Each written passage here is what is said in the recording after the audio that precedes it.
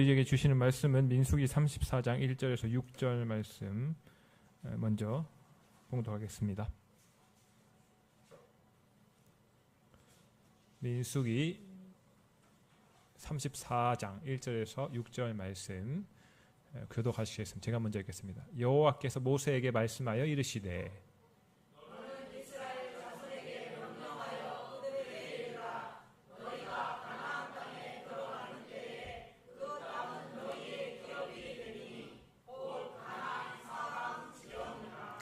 너희 남쪽은 에돔 곁에 접근한 신광야니 너희의 남쪽 경계는 동쪽으로 여매 끝에서 시작하여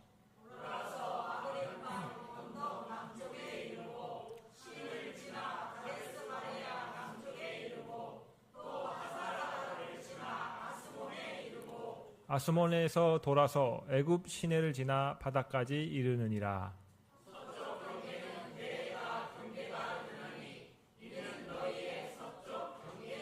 아멘. 네, 동서남북 다 하려면 너무 길어서 서쪽까지 했고 두 번째로 신명기 11장 10절 말씀부터 14절까지입니다. 제가 먼저 읽겠습니다. 내가 들어가 차지하려는 땅은 내가 나온 애굽 땅과 같이 아니하니 거기에서는 너희가 파종한 후에 발로 물대기를 채소밭에 댐과 같이 하였거니와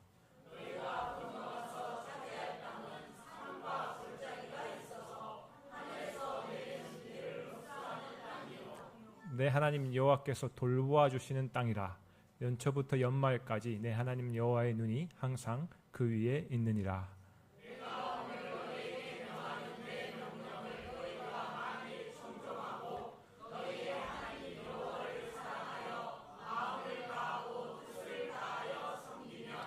다 같이 읽겠습니다. 여호와께서 너희의 땅에 이른 비 늦은 비를 적당한 때에 내리시리니 너희가 곡식과 포도주와 기름을 얻을 것이요. 아멘. 네, 성경 어느 곳을 펼쳐도 정말로 재미있고 은혜로운 놀라운 그 시간을 보내는 성도님 되시기를 주님의 이름으로 소망합니다. 아멘 하셨어요. 어느 곳을 펼쳐도 재미있다. 이게 정말 세상 말 죽이는 거잖아요. 지금 모세 오경 이제 끝에 왔잖아요. 우리가 창세기부터 시작해서 우리가 많이 중간에 이제 뭐 인연극도 하고 이렇게 해서 다 잊어버린 게 정상이지만 이제 민수기 끝에 와 있단 말이에요. 이제 신명기 가면 이제 모세 오경이 이제 끝이 나는 거죠. 구약에서 제일 중요한 책을 꼽아라 그러면 모세 오경을 꼽을 수 있잖아요. 그 하나님의 기본 세팅이 끝났다라는 겁니다. 그 이후로 이제 모세 오경 이후로는 모세 오경대로 살았냐 안 살았냐 이렇게 나눠지는 거죠. 이게 핵심이 다 세팅됐다는 이야기인데, 그러니까 한마디로 모세 오경이 뭐냐 하면 제사장 나라를 하나님께서 만드신 이야기입니다. 여러분 어떤 집을 세운다라는 것도 쉽지 않잖아요. 그런데 나라를 세운다라는 것은 더 쉽지 않은 이야기입니다. 정말 쉽지 않는 일인데 결국 하나님께서 어떤 파워를 행하셔서 6월절로 끄집어내셔서 세운 게 뭐냐, 세계 선교의 꿈이었던 그 하나님께서 그 꿈을 꾸시면서 한 민족을 제사장 나라로 세워서 모든 민족이 그 나라를 보고 하나님께 돌아오겠다는 그런 계획을 세우신 거잖아요. 그 이야기가 이제 모세 오경 이야기인데 이제 민수기 후반에 와 있어요. 그러면 이게 민수기 후반에 이제 시간, 인간, 공간을 이제 살펴볼 거예요.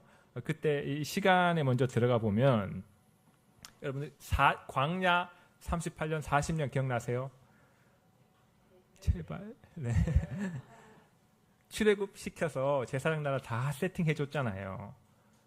제사장 제도, 5대 제사 제도, 성막 만들어주고 다 해놓고 하나님과 만날 수 있게 만들어준 다음에 뭐까지 했냐면, 여러분 기억나세요? 민수기 처음에 인구조사를 하는데 싸움에 나갈 만한 자들 뽑아서 그 제사장 나라를 외부로부터 지키는 적들에게 보호할 수 있도록 책임지는 사람까지 만들어주고, 이후에 싸움 다 하고 나서 가나안 땅에 들어가면 그 사람들이 20세 이상 되는 남자들이 뭐 해야 되냐면 소출을 내서 11조도 갖다 내고 반모퉁이도 가난한 사람들이 남길 수 있도록 다 책임지는 사람들을 뽑아줬단 말이에요.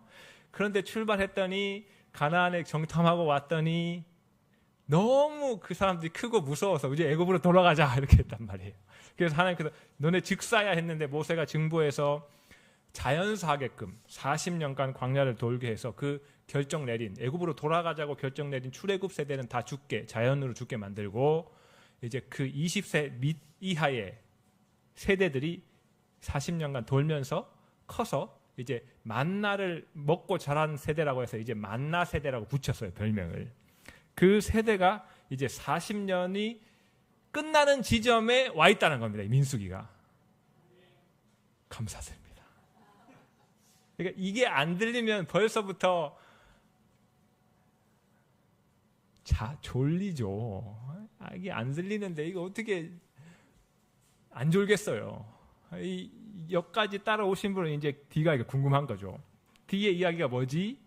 이게 궁금한 건데 그 안에 40년 안에 들어가 보면 이 제사장 나라 시스템이죠. 하나님께 용서받는다, 향로를 들고 들어간다, 5대 제사로 하나님께 나아간다라는 것이 그렇게 쉽게 와닿지 않았다고요. 그래서 그게 어려웠어요. 나답과 아비후가 아니고 고라 다단 반역 기억나세요?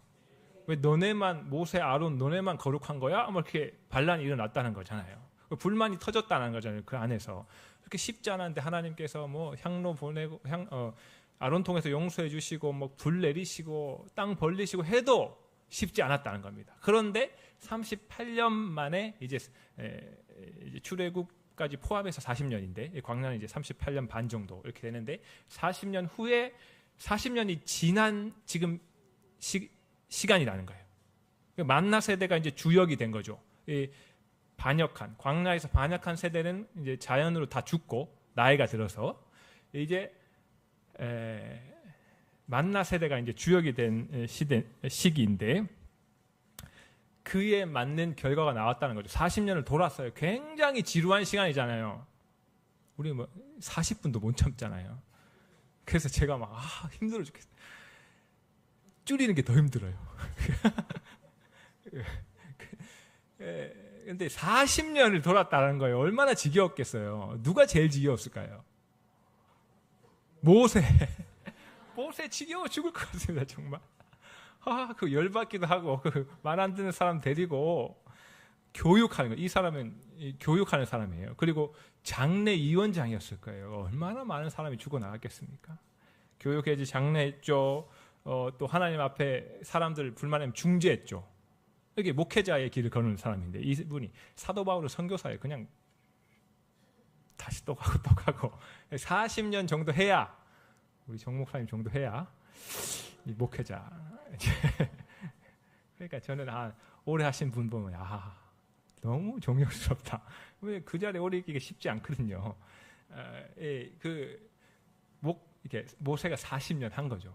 그 끝에 시기에 와 있었어요. 근데 놀랍게도 40년간 그 하나님께서 시간을 은혜로 주셨잖아요. 원래 죽어야 되는데. 그래서 너무 감사해서 감사함을 아는 분은 이제 별로 없었는데 그 시간을 보냈더니 놀랍게도 그 감사를 마음에 담은 선봉대들이 여호수아에 보면 튀어나왔다는 거잖아요. 이 놀라운 이야기예요. 이 시간, 그러니까 광야 끝날 시간, 그 시간에 지금 민수기 후반이랑 신명기에 와 있다라는 거예요. 모압 평지. 그래서 인간으로 들어가 보면 아까 말씀드렸듯이 가데스 바네아에서 애굽으로 돌아가자라고 결정 내린 그 세대들은 이제 다 죽은 거예요. 어떤 세대들이 있냐면 만나만 충분히 먹은 사람들인데, 그러니까 만나는 어디에서 떨어졌냐면 하늘에서 떨어졌습니다. 우리의 먹을 것은 대부분 어디서 나오는 거죠? 우리 김강호 목사님 수박을 참여했는데 수박 어디서 나오는 거죠? 땅에서. 우리 가끔 공중에 새도 잡아 먹잖아요. 그런데 놀랍게도 이 세대들은 하늘에서 양식을 얻은 세대들입니다. 그러니까 양식은 누가 주신다는 것을 철저하게 깨달은 세대냐면 하나님의 능력으로부터 온다. 이거를 40년 해야 마음에 담는다 이거예요. 정말 쉽지 않은 인생이잖아요. 이게 우리의 모든 것이 어디서 온다고요? 그 말 별 자신이 없잖아요. 뭔가 땅에서 나올 것 같고 그렇지 않다는 겁니다. 구원받은 백성을 하나님께서 자신의 아들로 불렀는데 은혜로 불러놓고 이제 시작하는 거죠. 모든 것은 나에게서 나온다라는 것을 이 땅에서도 이제 깨달아 알게끔 광야를 거친다는 거잖아요. 그래서 우리 광야를 걷고 계신 분도 계시고 또 걸을 분도 계시고 하잖아요. 왜 이렇게 좋아하세요? 광야 걷고 계세요? 다현 씨 왜 이렇게 좋아하시지?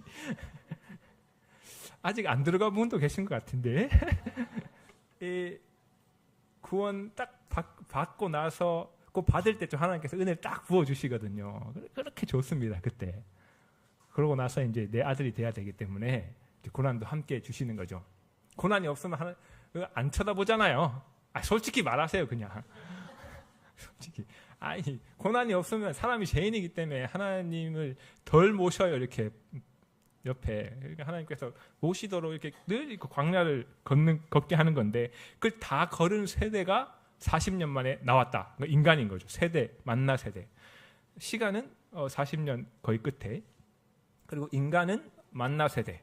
하나님의 그 마음을 다 담은 세대가 지금 민수기 끝자락에 이제 등장하고 있다는 겁니다. 근데 공간 이야기로 들어가면 보면 이제 모압 평지로 갈 거예요. 모압 평지. 그러니까 신명기를 모세가 가나안 땅에 들어가기 전에 설교한 4편의 설교거든요. 그러니까 모압 평지에서 한 달 반 정도에 다 이루어지는 이야기예요. 다시 한번 이제 강의하는 이야기인데, 그런데 그 안에 들어가 보면 놀랍게도 모세가 말하는 곳은 모압 평지예요. 그런데 그 신명기의 내용을 보면 모압 평지에 대한 이야기가 아니라 어떤 땅에 대한 이야기냐면 가나안 땅에 대한 이야기입니다. 그러니까 가나안 땅에 들어가서 어떻게 해야 된다. 그렇게 하면 하나님께서 어떻게 해줄 것이고 잘못하면 하나님께서 어떻게 할 것이다. 이런 이야기를 모압 평지에서 지금 공간에서 미래에 대한 이야기를 이야기하는 거예요. 모세가. 그래서 민수기 이제 후반 34장에 36장, 33장부터 36장, 그리고 이제 오늘 살펴볼 거 11장까지 이렇게 가는데 공간이 어떻다라는 것, 이야기를 중요하게 그 안에 많은 이야기를 하시지만 뼈대는 이제 공간이 어떻다라는 이야기를 하시는 겁니다. 그러니까 이걸 잘 잡아놓으시면 다른 이야기를 묶어서 그 안에 집어넣을 수 있어요. 안 놀라시는데 이것도 놀라운 이야기잖아요. 그까지 묶었다. 그래서 뼈대가 공간 이야기다. 가나안의 땅에 대한 이야기다. 그런데 그 안에 많은 부수적 이야기를 주시는데 한번 계속해서 살펴보겠습니다. 본격적으로 이제 다루시는데, 그러니까 지금 인간으로 치면 가나안 땅의 지리학자가 나와서 그 땅에 들어가면 그 땅은 이러이러할 것이니 이렇게 해야 된다라고 말해주는 거죠. 인간적으로 보면. 그런데 창조주이신 하나님께서 가나안 땅에 들어가서 이렇게 해야 된다라고 친절하게 설명해주는 장면이 이제 신명기다. 네. 공간이라는 말 이제 그러니까 거기에서 뭘 하라는 거예요. 그러니까 가나안 땅에 들어가서 뭘 잘 시스템화하라는 거죠. 제사장, 제가 물으면 그냥 제사장 나라라고 대답하시면 됩니다. 하나님께 세워주신 나라 있잖아요. 그거를 잘 율법대로 하라는 거예요. 그러니까 나라가 있으려면 공간이 있어야 되잖아요. 인간이 있어야 되잖아요. 주권이 있어야 되잖아요. 근데 그 중에 이제 공간이 없으면 나라가 없는데, 가나안 땅에 제사장 나라를 펼칠 거니까 너희 만나 세대들 너희 들어가서 제사장 나라 시스템을 그 공간에서 잘 펼치라라는 영토 이야기입니다. 제사장 나라의 영토가 어디냐면 가나안인 거죠. 이 가나안은 세상의 영토랑 다르다는 겁니다. 어떤 나라의 영토죠? 바꿔 말하면, 제가 물으면 뭐라고 하라 했어요? 제사장 나라의 영토라는 겁니다. 아연이 웃고 있어 좋아요. 알아듣고 있다라는 이야기잖아요. 이게 누구 때문에 그러면 용민 집사님께서 가르쳐줘서 들리는 거예요. 안 가르쳐줘. 무슨 수로 들려요. 이게 이제 들리기 시작했다는 거죠. 그 땅은 보세요. 아브라함한테 이미 지시할 땅이었잖아요. 그곳으로 가라한 땅이었잖아요. 이제 500년 만에 이들에게는 뭐가 되냐면 정말 약속했던 그 땅이 되는 겁니다. 약속했던 땅이 되는 건데 500년 전에는 지시할 땅이었다면 이제 여기에서는 민수기 후반에 보면 아까 우리 경계 읽었죠. 경계. 북쪽에는 어디까지요? 서쪽에는 지중해 있으니까 뭐 그 바다까지요. 동쪽에는 어디까지요? 이제 북쪽에는 어디까지요라고 경계를 아주 구체적으로 이제 아브라함에게 그 땅만 말했는데 경계를 아주 구체적으로 해서 드디어 아브라함에게 약속하신 그 땅의 경계를 주시면서 너희가 여기에 들어갈 것이다. 그리고 차지할 것이라고 하는 가슴 벅찬 장면이잖아요. 그러니까 우리한테 주는 게 아니니까 안 벅찬데 그들에게 약속했기 때문에 지금 구체적으로 나오는 게 너무 벅찬 거예요.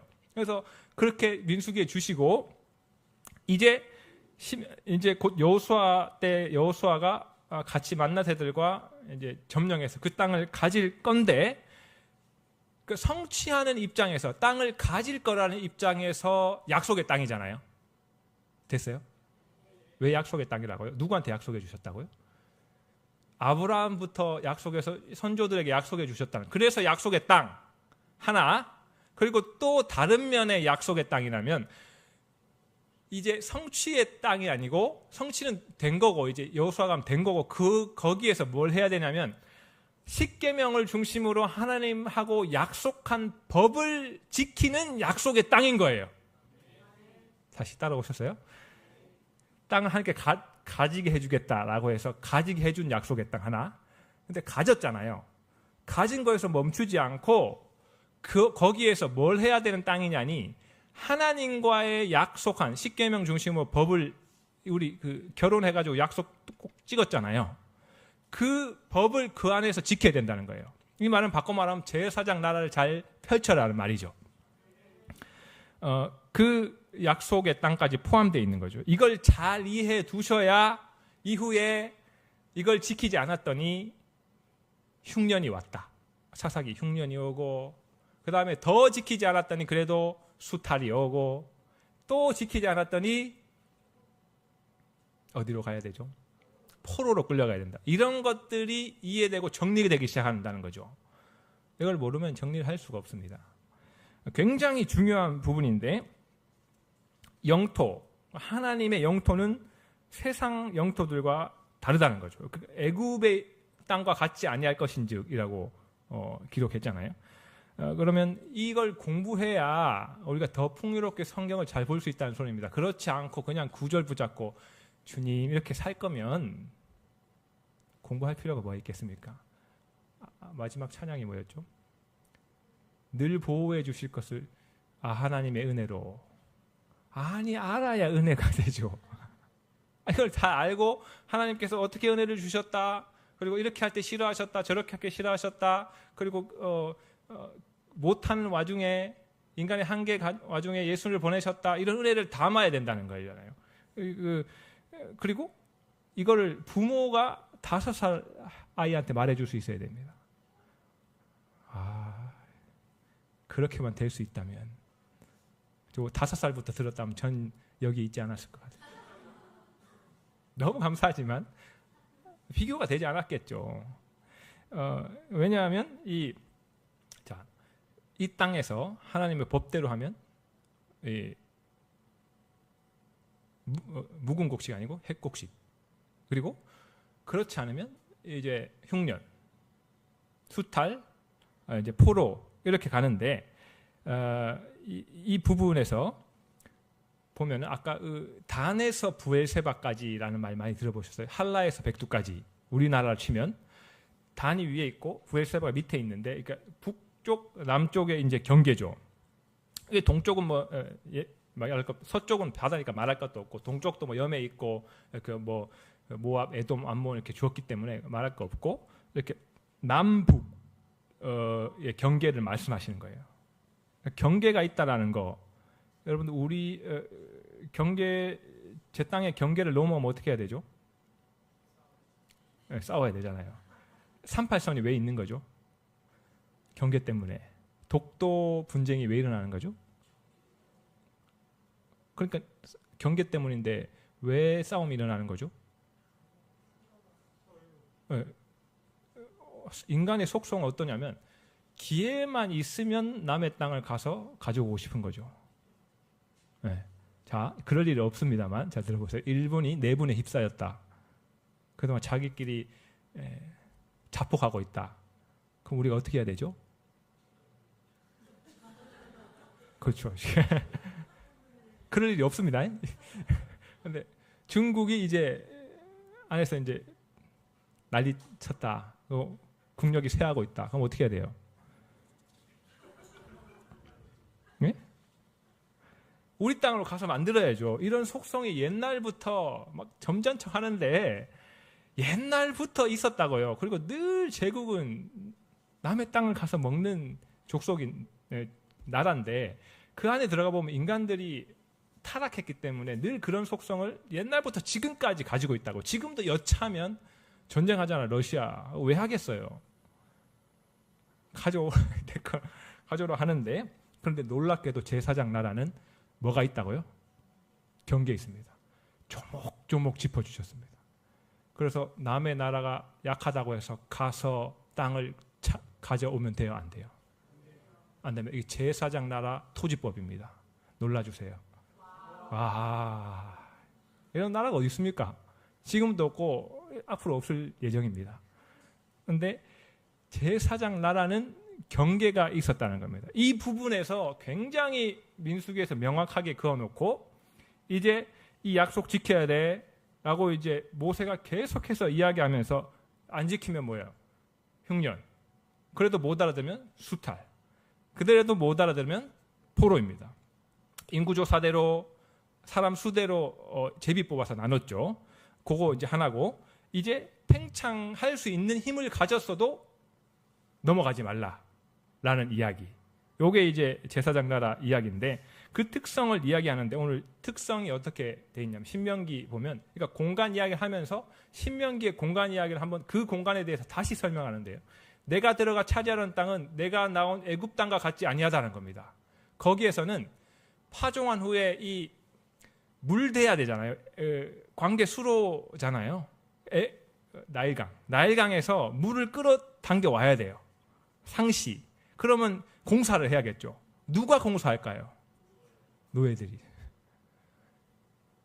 월화수목금토111 아니 월화수목금토 월화수목금금금금금 모십니다.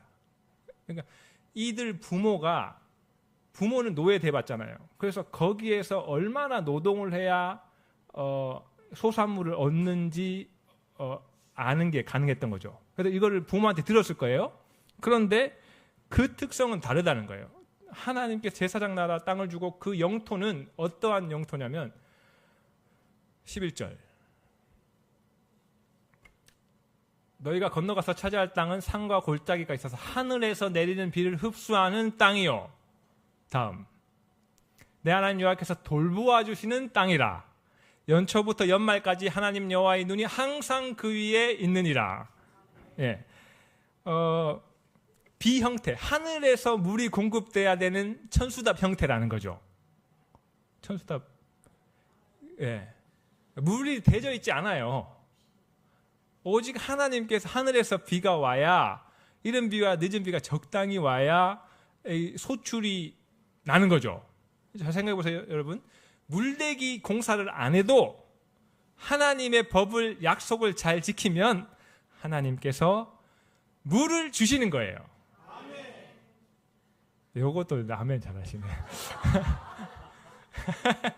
요것도 받아야 되니까. 하늘에서 내려온다니까요. 요거를 이제 만나 세대들은 광야에서 체험한 거잖아요. 마음에 담기가 정말 아는데 쉽지 않은 이야기예요.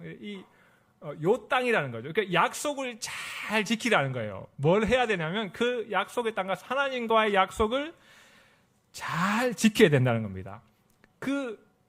거기에 적당한 땅이 이 가나안 땅인 거예요. 강이 없어요. 아브라함을 왜 불렀느냐? 율법을 잘 지킬 수 있는 땅으로 하나님께 선택해 버리신 겁니다. 물 있으면 기도 안 하잖아요. 사람이 응답해 주잖아요.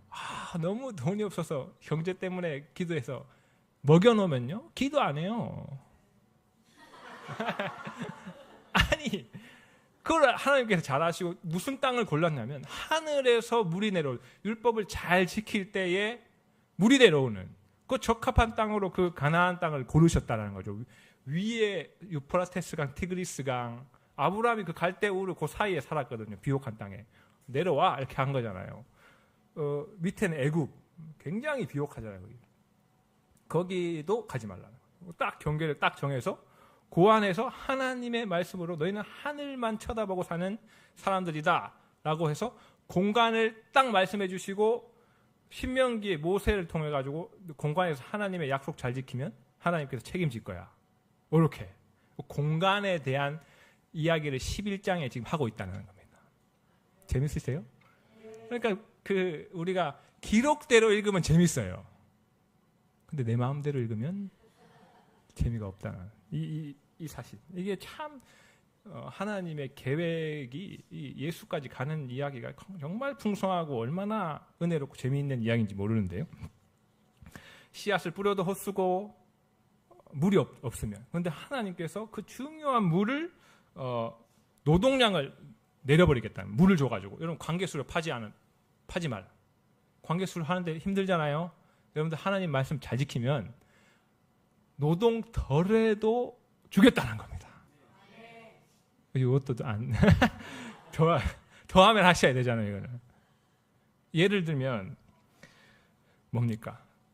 이 노동량을 줄이라는 말은 지금 환산하면 주의를 잘 지키라는 이야기입니다. 너희가 주의를 잘 지키면 세상 사람들이 그날에 더 열심히 해서 그 일해야 되고 힘든데 주의를 잘 지킴으로 내가 하늘에서 주겠다는 거잖아요. 이거는 옛날 그 제사장 나라로 치면 안식일을 잘 지키자는 거잖아요. 우리는 이제 예수님 부활했기 때문에 이게 모두 이제 거기에 완성됐기 때문에 이제 주일로 지키는 거죠.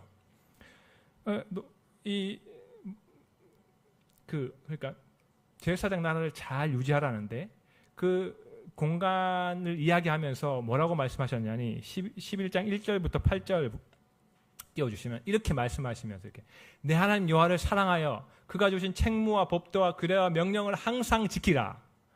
너희의 자녀는 알지도 못하고 보지도 못하였으나 너희가 오늘날 기억할 것은 너희 하나님 여호와의 교훈과 그의 위엄과 그의 강한 손과 펴신 팔과 애굽에서 그 왕 바로와 그 전국에 행하신 이적과 기사와 또 여호와께서 애굽 군대와 그 말과 그 병거에 행하신 일 곧 그들이 너희를 뒤쫓을 때에 홍해 물로 그들을 엎어 멸하사 오늘까지 이른 것과 또 너희가 이곳에 이르기까지 광야에서 너희에게 행하신 일과 아무튼 모든 하나님께서 이적 행하셨잖아요. 그거를 기억하고 우상 섬기지 말라는 겁니다. 내 하나님 여호와만 섬겨서 그 법을 지켜 그 땅에서 행해서 밥모퉁이 일부도 남기고 그 소산물로 하나님 앞에 재물 가지고 나와서 제사 드리고 제사장 제도 잘 유지해서 하나님께 용서받고 만나라는 이야기입니다. 여러분 하나님이 법 주신 것 같으세요? 5대 제사 왜 제사 드리는 거예요? 용서받으라는 겁니다. 제사장 제도 왜 유지하라는 겁니까? 제사장 없으면 제사 못 드립니다. 하나님 앞에 못 나갑니다. 그리고 절기는요 다 똑같은 얘기예요. 내가 너 용서하고 싶다. 내가 너랑 화해하고 싶다.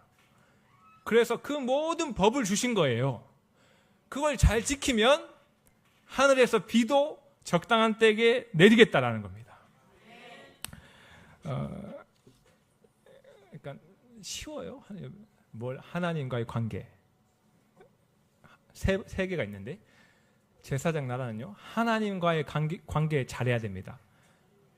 늘 그 노예된 백성에서 꺼내온 걸 기억해야 되는 거예요. 광야 40년을 기억하면서 하나님 외에 다른 신을 섬기지 마라. 그리고 둘째 이웃과의 관계 잘해라는 겁니다. 밥모통 일부 남겨라. 눈에는 눈, 이에는 이 말이 남의 눈을 네 눈과 같이 사랑하라는 거죠.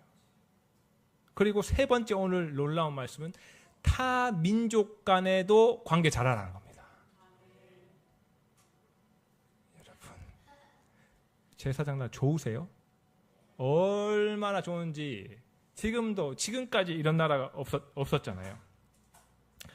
우리가 지금 영토만 공부했는지 얼마나 또 재밌는지 몰라요. 얼마나 재밌어요. 그렇죠? 근데 재밌어. 이걸 딱 세우고 나서 제가 올려드리는 거 있잖아요. 저는 그거 올리고 이거 준비하느라 목이 아파 죽겠어요. 목이.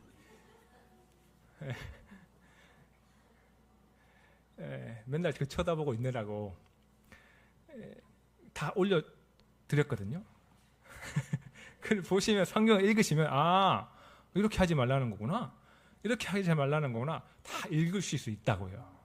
이게 가능한 이야기입니다. 그래서 하나님과의 관계 지금도 잘 하셔야 되잖아요. 이 말은 예수 그리스도를 통해서 다 완성됐잖아요. 이 법이 없어진 게 아니에요. 완성된 거예요. 하나님 나라 십자가를 통해서 그 하나님 나라에 스며들어 버린 거죠. 그러니까 법을 안 지키면 여러분 보세요. 법을 안 지키면 바로 쳐버리잖아요. 그런데 하나님 나라 이후로 하나님 보시고 바로 처벌하지 않으세요. 주일날 안 나와도 바로 처벌하지 않으신다고요. 그래서 우리 막 벙벙 뛰잖아요. 그런데 이 원리가 들어와 있기 때문에 하나님께서 이 아들을 내 것으로 불러쓰고 핏값 주고 사셨기 때문에 결국에는 그걸 알게 하도록 하기 위해서 때론 깨닫게 하기 위해서 흉년을 보내주실 수 있다고요. 수탈 당하게 하실 수 있다고요. 자기 자식이니까요. 자기 자식 사생아는 때리지 않잖아요. 자기 자식이니까 이것 때문에 아예 멸망하진 않지만 하나님께서 사셔서 내 아들을 불렀기 때문에 이 원리가 들어와 있는 거예요. 그러므로 안식일을 잘 계속 안 지킨다. 어떻게 될 것 같으세요? 흉년을 맛보시는 겁니다. 그럼 그때 하나님 죄송합니다. 못 깨달으면 어떻게 되냐면 제가 알려드릴게요.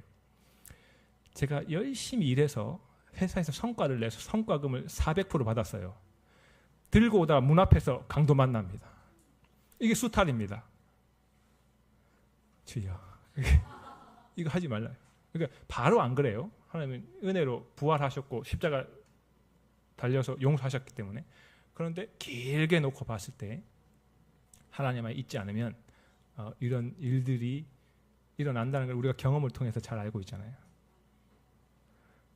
근데 반대로 오랫동안 힘듦에도 불구하고 하나님만 쳐다보면서 하나님과의 관계 잘하고 이웃과의 관계 잘하고 민족과의 관계 잘하면 어떻게 될까요? 하나님이 하늘에서 이른 비와 늦은 비를 적당히 주셔서 모든 것이 하나님께서 책임지신다는 사실을 우리에게 체험시킨다는 사실입니다. 여러분, 이 사실을 잘 기억하시고 또 재밌게 성경 읽으시고 또 다음 주에 신명기 말씀으로 다시 공부하는 시간을 가지겠습니다. 기도하겠습니다.